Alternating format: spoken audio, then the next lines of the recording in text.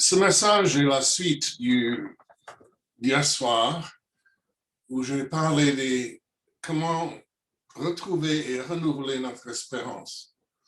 J'ai mentionné les trois, j'appelle les disciplines d'espérance, que je crois que nous devons pratiquer tous les jours.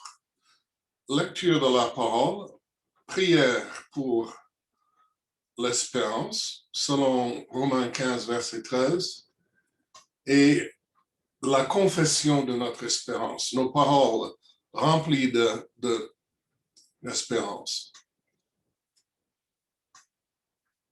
Maintenant, j'aimerais parler de la foi, parce que comme on a dit hier, la foi est la ferme assurance des choses que l'on espère. Donc, les deux sont étroitement liés, mais ce n'est pas la même chose. Et nous confondons espérance et foi. Et quand on les confond, on a des problèmes. Et c'est une des raisons que nos prières ne sont pas exaucées. On pense avoir la foi pour quelque chose, mais on ne l'a pas. Parce qu'on fait une erreur fondamentale, nous pensons que nous pouvons ressentir le niveau de notre foi. Faux. On peut ressentir l'espérance. L'espérance réside dans notre âme. Nous savons ça d'après Hébreux 6, où il est écrit que l'espérance est même l'encre de l'âme. Et nous savons quand nous avons de l'espérance, nous savons quand nous perdons espérance. On désespère. On a pris ce mot français et on a raccourci en anglais, on a le mot despair en anglais, c'est désespoir. Mais on connaît tous ce beau sentiment, cette belle impression, quand il y a l'espérance qui jaillit en nous. Par exemple, suite à un témoignage. Maintenant, on ne peut pas ressentir la foi.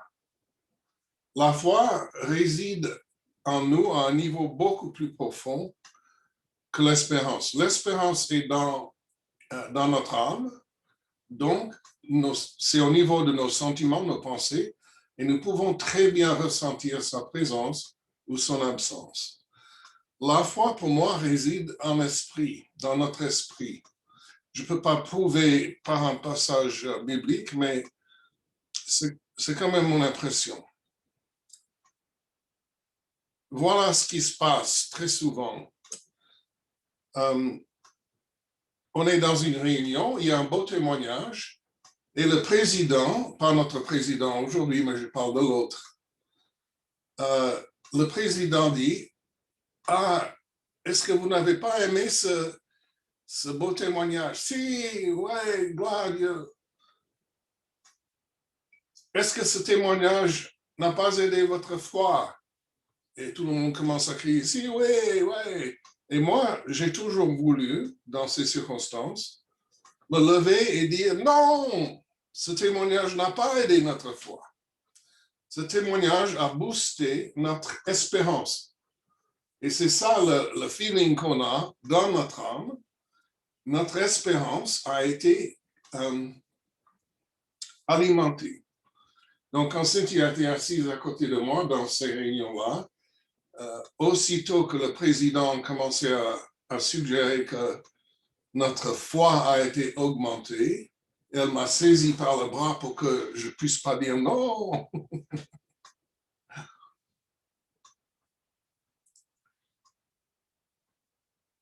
Mais la foi, comme l'espérance d'ailleurs, est centrale à notre foi. Vous le savez, c'est par la foi qu'on est sauvé. C'est par la foi qu'on a la justification. La justification n'est pas une liste de choses qu'on ne peut pas faire, une liste de choses qu'on doit absolument faire. La justification vient par la foi. Nous lisons 3 fois dans le Nouveau Testament. Par la foi triomphe du monde, la foi triomphe du diable. C'est par la foi que nous avons la sagesse. C'est par la foi que nous avons la guérison ou le ministère de la guérison. C'est par la foi que nous avons les promesses de Dieu. Les promesses de Dieu sont comme des bons vieux chèques. On a un chèque à la main, c'est très bien, mais il faut l'encaisser, ce chèque. Et c'est par la foi qu'on encaisse les chèques qui sont les promesses de Dieu. J'ai mentionné la justice qui vient par la foi. C'est par la foi qu'on a la prophétie ou le ministère de la prophétie. Mais Jésus nous a dit une chose étonnante au sujet de la foi. Il a dit, si vous avez un peu de foi, vous pourriez déplacer des montagnes.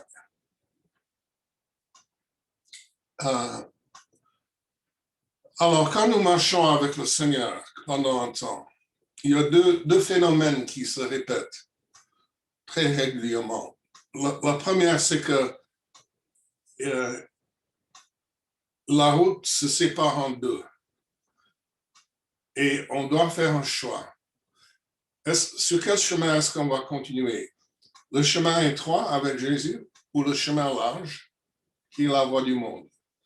Et ce n'est pas un choix qu'on fait seulement une fois. On doit le faire continuellement. En tout cas, une fois par année, à mon expérience. Et l'autre chose qui nous arrive quand on est sur le chemin avec Jésus, c'est qu'on arrive à une montagne qui bloque le chemin entièrement, qui nous empêche d'avancer. Ce n'est pas une jolie montagne apprivoisée qu'on a en Suisse, où il y a des tunnels qui percent, des routes qui contournent, même une route qui va sur un col. Et ce n'est pas un problème, une montagne suisse. Non, c'est une montagne sauvage. Il n'y a pas manière de la détourner ou de la traverser. Ça peut être une montagne de maladie, de chômage, de conflits relationnels, de problèmes de division dans une équipe, dans une église. Vous les connaissez, on a tous rencontré ce genre de montagne où il semble qu'on n'arrive pas à percer. On est bloqué en chemin. Mais Jésus nous a dit, montagne, pas de problème. Si vous avez un tout petit peu de foi, c'est simple. Vous dites, déplace-toi, et la montagne se déplace. Nous étions, Cynthia et moi, devant une montagne. On était à notre école de jeunesse en mission, au Champ-Targobé sur Lausanne. Et puis, on arrivait à la fin des 3 mois de cours et on se préparait pour faire les 3 mois de voyage après. 3 mois de voyage d'intercession et de témoignage sur les routes de l'apôtre Paul, mais en commençant par l'Italie et en allant en Grèce, en Turquie, pour finir en Israël, etc. Mais Cynthia et moi, on n'avait pas l'argent pour ça. On a mis toutes nos économies pour payer le billet d'avion et la phase de les 3 mois de cours. Et on n'avait jamais prié pour l'argent. On était des bons protestants. On avait toujours travaillé pour notre argent de poche dès l'âge de 15-16 ans ou avant. Et on était là, dans un autre pays, et Lauren, qui était notre responsable d'école, a dit, vos directives pour votre prochain pas ne peuvent pas être dictées par votre compte en banque. Vos directives viennent du Seigneur. Donc, il faut lui poser la question, est-ce que je dois faire ce voyage ou pas? C'est à lui de décider. Et s'il dit oui, il va pouvoir. Alors, c'était difficile d'argumenter avec cette logique-là. Donc, on s'est séparés les deux un après-midi pour poser la question au Seigneur, est-ce qu'on doit faire ce voyage? Écoutez, j'oublie combien de milliers. Et puis, le Seigneur a parlé très clairement à chacun de nous deux, séparément, oui, il faut faire ce voyage. Alors, on a commencé à prier sérieusement pour qu'il pourvoie. On n'avait aucune idée comment il allait le faire.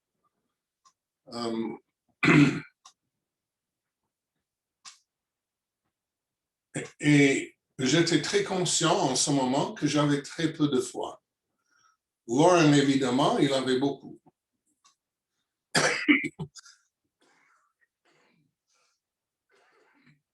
Pardon. C'est pas la COVID, ça. C'est juste moi. On avait à l'époque une bibliothèque remplie de livres et beaucoup étaient au sujet de la foi. J'ai lu tous les livres qui avaient ce sujet dans le titre. Je n'ai pas trouvé la réponse à ma question. Comment faire augmenter mon niveau de foi? On avait une cassettothèque aussi, avec tous les enseignements donnés dans les écoles de jeunes depuis 69. Et j'ai écouté toutes les cassettes qui avaient à faire avec la foi. Il y avait beaucoup. Donc, ce que j'ai eu de nouveau, c'était des témoignages de foi, des belles histoires, comment la foi de quelqu'un, avec la foi, ils ont vu une réponse formidable de la part du Seigneur. De beaux témoignages, mais qui ne m'aidaient pas du tout à savoir comment faire augmenter mon niveau de foi. Or, moi, je pense qu'on peut définir la foi comme étant justement l'autorité. C'est l'autorité de Dieu sur tous les domaines qu'on a mentionnés, sur les maladies, sur les démons, sur les portes fermées, sur les montagnes, les obstacles sur notre chemin. La foi, c'est l'autorité de Dieu. Donc, la question devient celle-ci. Avec qui est-ce que Dieu va partager son autorité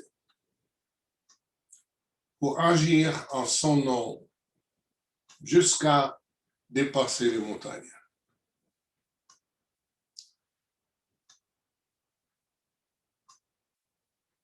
Alors, on a quand même vu notre miracle. Un autre couple étudiant a trouvé des moyens pour payer les frais de ce voyage de plusieurs d'entre nous. Que le Seigneur les bénisse. Et puis, on a pu faire ce voyage. Mais je n'avais toujours pas la réponse à ma question. On est resté là, dans le ministère francophone, et j'avais toujours cette question devant moi. Comment est-ce que je fais augmenter ma foi? Et j'ai cherché pendant 10 ans. Et c'était très frustrant parce que je voyais le fruit de ma foi croissante. C'était le début du ministère francophone. On a démarré en France avec Daniel Scherer. J'aime à Burkini ici. J'aime à Montréal. J'aime dans les pays francophones de l'Afrique de l'Ouest. On voyait tous ces développements. J'avais une équipe de jeunes leaders avec moi très dévoués. Eux grandissaient dans la foi aussi. Mais je ne savais pas comment. Et je ne pouvais pas enseigner cela. Et c'est très frustrant quand on est enseignant, parce qu'on veut tout le temps enseigner. Ça ne veut pas dire que les gens veulent tout le temps nous écouter, mais c'est une autre question. Et moi, je ne pouvais pas expliquer comment ma foi de jeune leader pouvait grandir comme ça. Et un beau jour, j'étais en train de lire les évangiles. Or, ça, c'est une pratique très dangereuse, n'est-ce pas? Si vous voulez que votre vie continue en paix, sans être trop dérangé, alors il ne faut pas lire les évangiles tous les jours. Mais je le faisais quand même. Et je suis arrivé à un passage dans l'évangile de Luc. L'évangile de Luc, chapitre 17, où les disciples disent au Seigneur, Seigneur, augmente-nous notre foi. Augmente notre foi.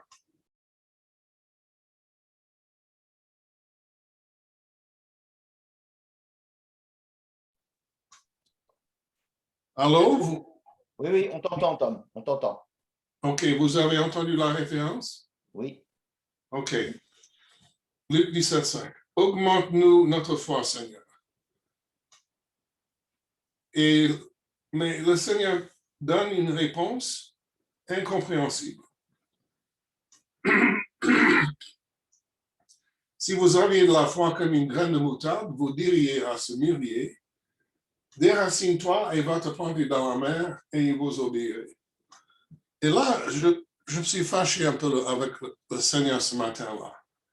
J'ai dit, mais Seigneur, c'était la bonne prière pour une fois. Ils ne sont pas en train de demander que la permission d'appeler le feu sur le village de Samaritains. Ils ne sont pas en train de demander qui aura la meilleure place. Pour une fois, ils font une bonne prière. Et tu savais très bien à quel point ils auraient besoin de foi bientôt. Mais tu n'as pas aidé avec cette réponse et tu ne m'as pas aidé non plus après avoir posé la même question pendant 10 ans. Mais ça n'a pas dérangé le Seigneur. Beaucoup de gens s'irritent avec lui et ça ne le dérange pas. Il nous comprend. Mais je suis resté devant lui et il m'a dit 2 mots. Continue, ou 3 mots, continue ta lecture. Et j'ai relu pour la Xème fois les versets 7 à 10. Je vais vous laisser lire ces versets vous-même. Et là aussi, je ne voyais pas le lien. Et j'étais trompé parce que dans la plupart de mes Bibles, et en français et en anglais, il y a un paragraphe entre les versets 6 et 7. Ce qui est faux. Ça nous prouve que les éditeurs de nos Bibles sont plus forts en grec qu'au niveau de la foi. Ils n'ont rien compris. Parce que la réponse se trouve dans ces versets-là. Mais parce qu'il y a paragraphe, tout le monde pense que la réponse de Jésus s'arrête avec cette phrase mystérieuse. Pourquoi mettre un mûrier dans la mer? C'est parfaitement inutile. Moi, j'ai un tilleul ici et j'aimerais bien déplacer ce tilleul à peu près 3 mètres pour faire écran avec ce bâtiment d'appartement. Mais j'aimerais pas la planter dans la mer, de toute façon, on la pense. La manière de tuer un mûrier très rapidement serait de le mettre dans l'eau salée, n'est-ce pas? Mais quand j'ai commencé à comprendre, la réponse est quand même dans ce passage. Il n'y a pas de raison de couper le verset 6 des versets 7 à 10 parce que il n'y a pas un changement dans le décor. Il n'y a pas un groupe de pharisiens qui arrive. Ce n'est pas une des fois où ils montent dans une barque. Les disciples sont toujours là, devant lui, et en attendant une réponse à leur très bonne prière. Et quand j'ai relu ça avec l'idée que la réponse est quand même là, j'ai vu dans ce passage, et surtout au verset 10, vous de même, quand vous avez fait tout ce qui vous a été donné, ordonné, dites, nous sommes des serviteurs inutiles, nous avons fait ce que nous devions faire. Alors, j'avais entendu beaucoup de messages sur ce verset 10 en grandissant dans les églises réformées, protestantes, parce que l'accent était sur notre attitude de serviteur inutile, sur l'humilité. C'est un très bon message, mais ce n'est pas un message de Jésus de ce passage-là. Si je peux le redire à ma façon, je dirais, ah, vous voulez que votre foi augmente? Continuez à me servir. Continuez à me servir. Si vous êtes fatigué, continuez. Si vous avez faim et soif, continuez. Si vous êtes les seuls à rester dans le champ, à travailler, continuez de me servir. Et quand vous entrez à la maison, continuez à me servir. Et si vous continuez, si vous poursuivez dans cette longue obéissance dans la même direction, comme l'auteur a dit, quand vous avez fait tout ce qui vous a été ordonné, votre foi va augmenter. Lentement, mais sûrement, vous n'allez pas pouvoir la ressentir, mais notre foi, c'est comme, pour moi, c'est comme un dépôt dans notre esprit qui grandit de cette façon-là, même inaperçu, année après année d'obéissance. Mais l'autre chose qu'on apprend de ce passage, c'est que la foi ne grandit pas par la prière. Et j'ai prêché ça à Jeunesse en Mission, je ne sais pas combien de fois, mais j'entends régulièrement mes chers amis de jeunes prier pour la foi. Si la foi venait par la prière, comme on a vu avec l'espérance et la prière de l'apôtre Paul, si la foi venait par la prière, Jésus en ce moment aurait répondu.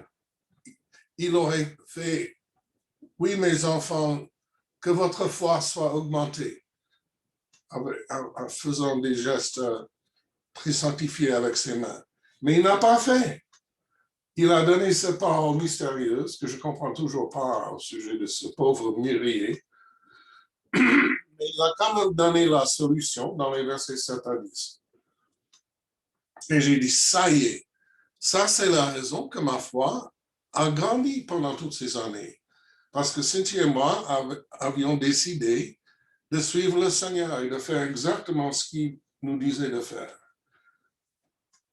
De ne pas pratiquer nos métiers. Elle était enseignante, institutrice de la petite enfance.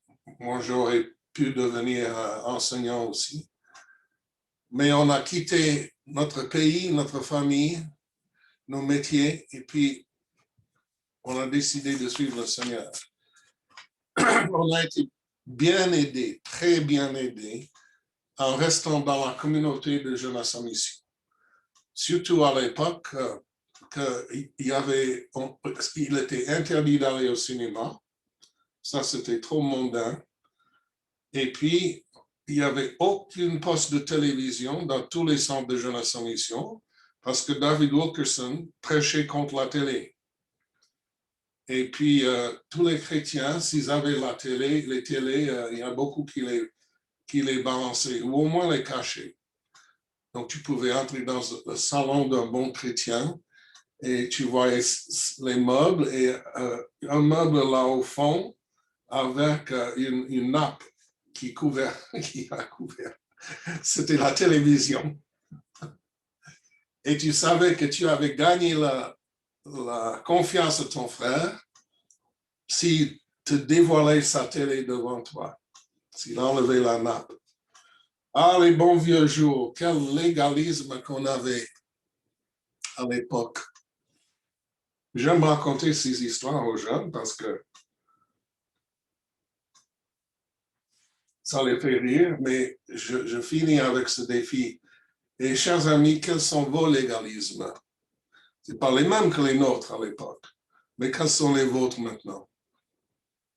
Parce qu'on réagit contre un légalisme pour finir dans le suivant. Mais j'ai tout de suite remercié le Seigneur et j'ai dit, Seigneur, c'est formidable, mais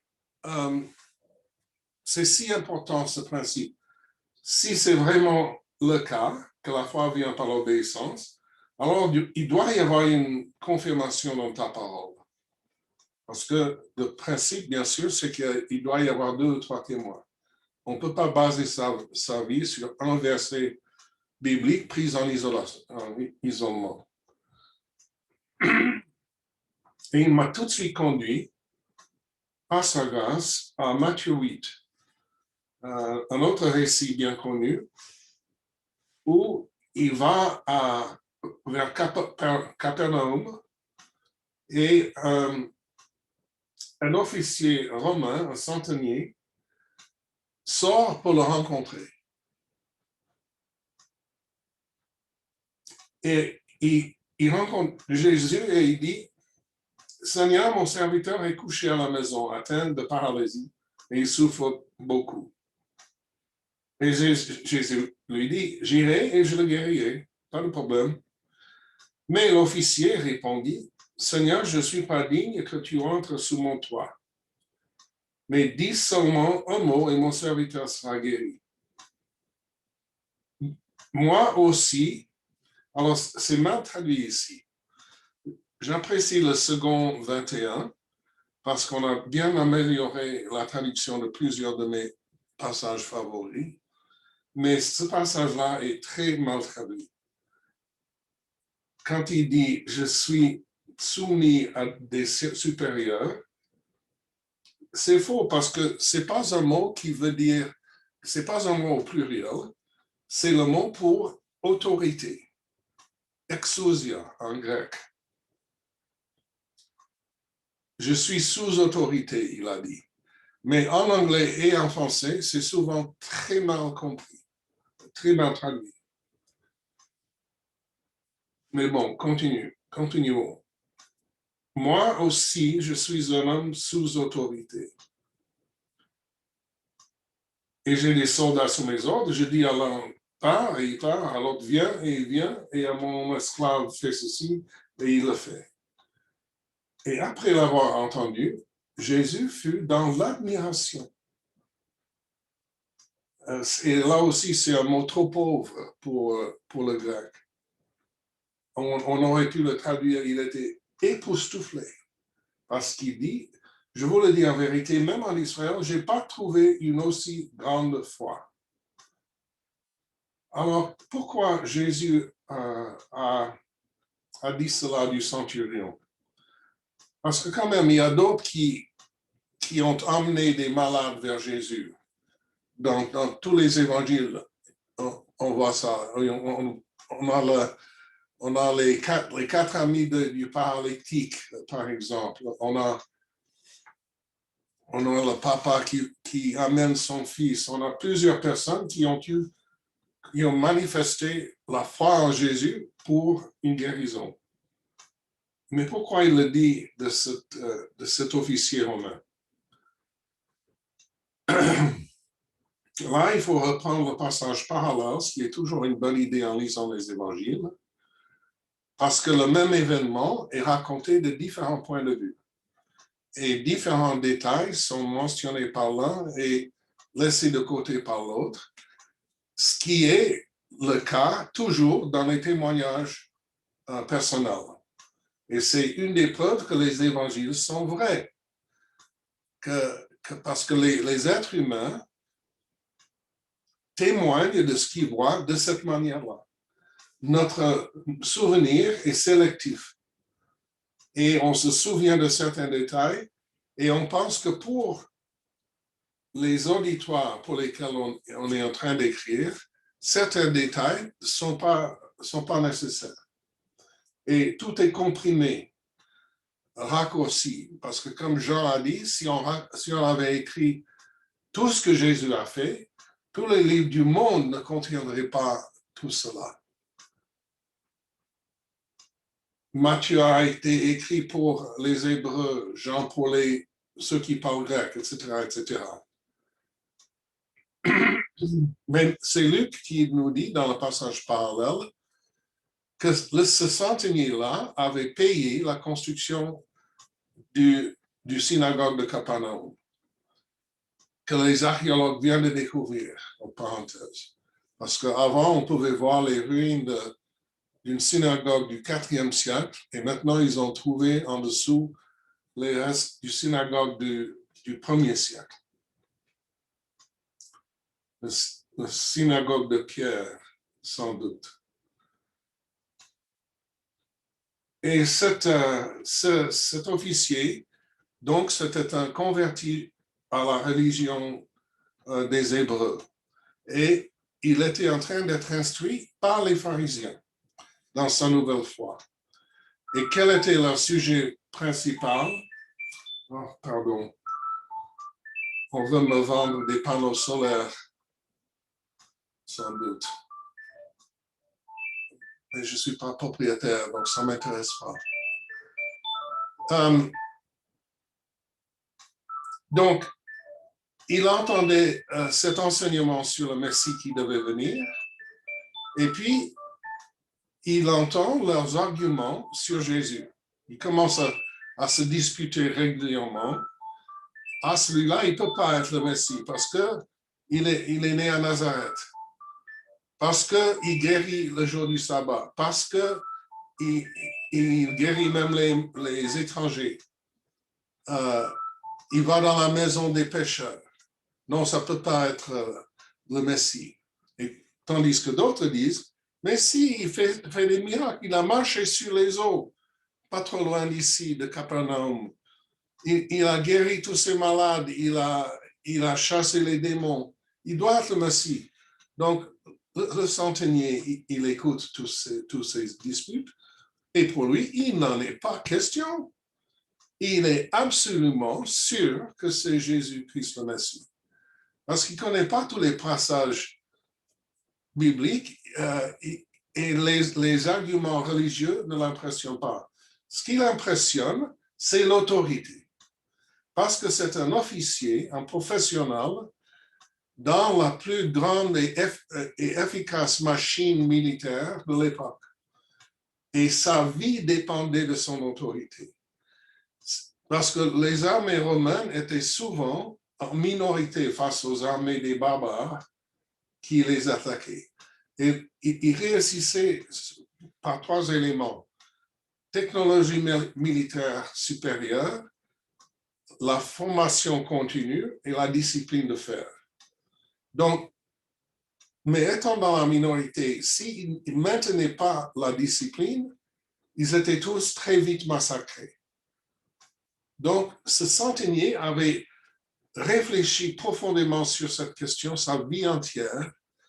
Comment est-ce que je maintiens mon autorité sur ces troupes-là?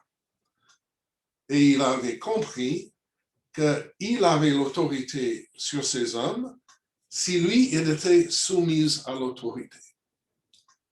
Donc, quand il entendait là que Jésus avait autorité sur les démons, les maladies, les vagues, les vents, il a dit, mais c'est le Messie. Il n'y a que l'envoyé de Dieu sous l'autorité directe de Dieu lui-même qui aurait cette autorité-là. Et c'est pour ça que Jésus s'est émerveillé. C'est parce que cet officier romain avait vu plus clair que tous les Israélites que Jésus était le Messie. Et il l'a confessé publiquement.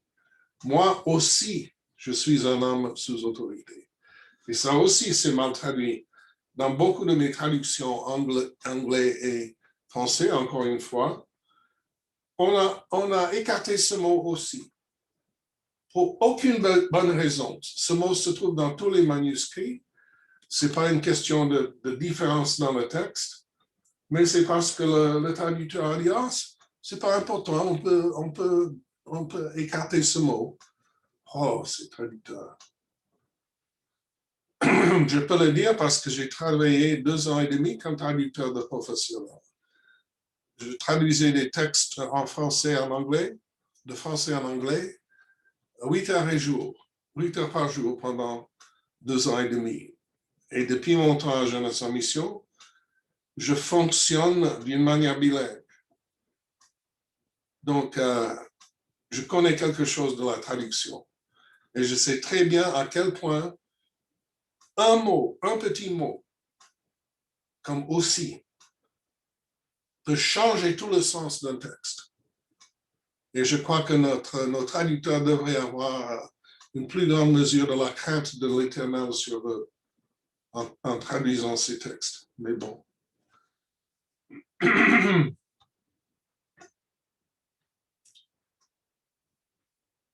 On va prendre une pause à 10h30, n'est-ce pas? OK. Je continue pendant 5 minutes.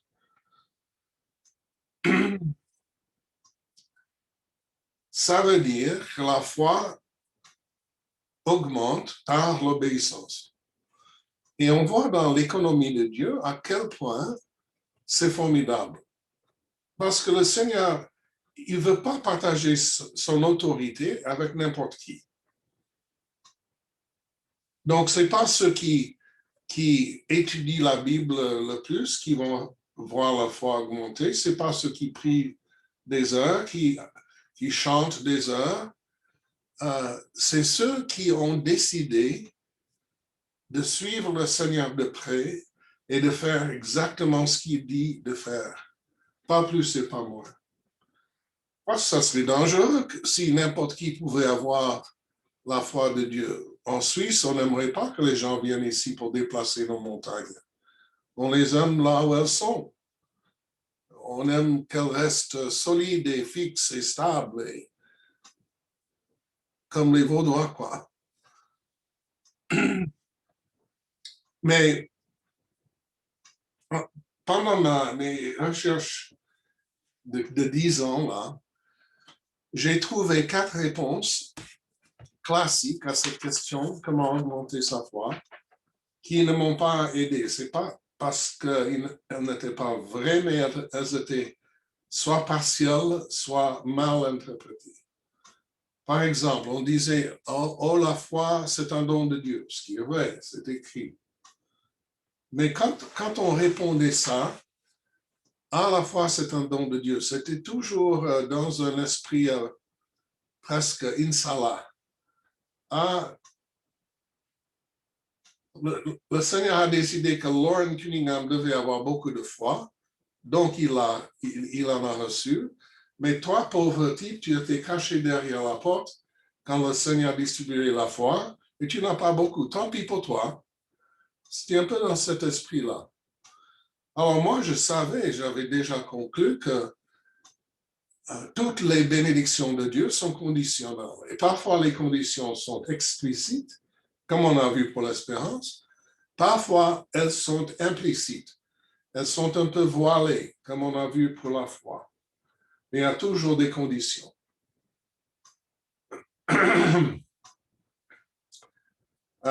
Certains ont dit aussi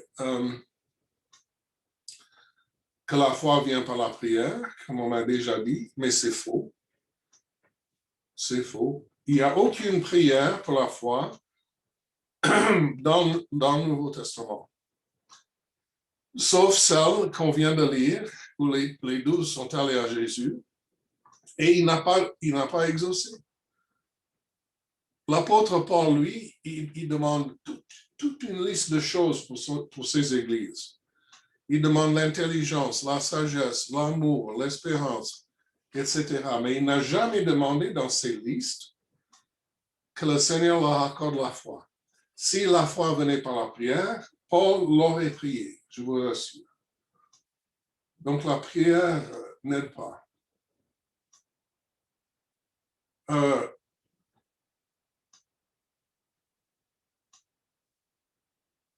Je vais donner encore une fausse réponse. La foi vient de ce qu'on entend. Et nous, on a compris que, un peu dans ce sens que si on entend la parole de Dieu, si on l'écoute, si on la lit attentivement, si on l'étudie, si quelqu'un nous l'ouvre, la parole de Dieu, on va grandir spirituellement. Donc, quand une église cherche un nouveau pasteur, qu'est-ce que l'église cherche? C'est quelqu'un qui peut enseigner la parole, qui peut faire une exposition systématique du Nouveau Testament. Parce qu'on pense que la clé de la maturité spirituelle, c'est cette écoute, cette étude de la parole de Dieu. Faux! Juste avant la pause, je vous laisserai avec cette pensée. Jésus a dit, si vous écoutez ma parole seulement, c'est pas seulement inutile, c'est dangereux. Je redis ce qu'il a dit dans la parabole des deux hommes qui ont construit leur maison, un sur les sables et l'autre sur le rocher. Et quand on demande n'importe quel pays dans le monde, aux bons chrétiens, quelle est l'erreur fondamentale de cet homme qui a construit sa maison sur les sables? Ils vont lever la main et dire, mais il n'a pas écouté Jésus. L'autre, il a écouté Jésus, mais l'homme qui a construit sur le sable n'a pas écouté Jésus. C'est parce que le texte nous dit, chers amis, les deux ont écouté Jésus, mais l'homme qui a construit sur le rocher, c'est lui qui a mis en pratique ce que Jésus a dit. Donc, tu peux étudier la Bible autant que tu veux, lire autant que tu veux, regarder Dieu TV pendant 24 heures sur 24, ça ne va rien faire dans votre vie et vous allez avoir l'impression d'être très spirituel, mais vous êtes en danger. Ce qui compte, c'est la mise en pratique de la parole de Dieu. Et c'est comme ça, c'est pas cette obéissance engagée à long terme que notre foi augmente. OK. On va poursuivre après la pause. OK. Bah, vous pouvez rester connecté, vous déconnecter comme vous voulez.